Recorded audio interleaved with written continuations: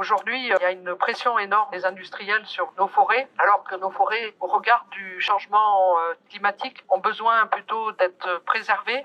On se rend compte, l'a dit tout à l'heure, les projets se cumulent sur nos territoires.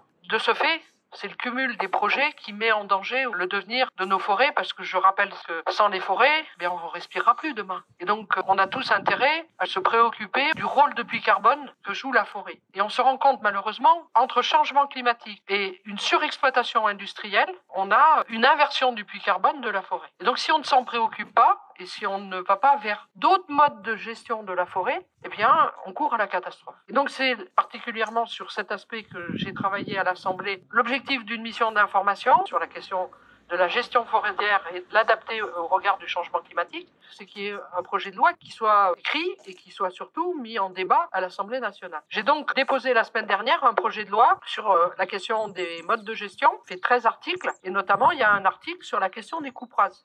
On réglemente la question des coupes rases à une limite de 0,5 sur les zones humides, 0,5 aussi dans les PNR, dans Natura 2000, dans les terrains avec des fortes pentes. On souhaite limiter aussi les coupes rases sur les forêts de feuillus et les résineux.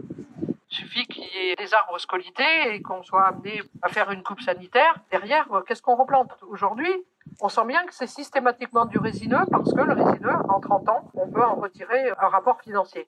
Et donc, ce qui est proposé, c'est justement de diversifier la replantation. Vous avez entendu parler du plan de relance de Macron, ce fameux 1 milliard d'arbres. Qui touche l'argent du plan de relance? C'est les grandes entreprises, telles que Allianz, qui coupent pour pouvoir replanter. C'est ça l'objectif.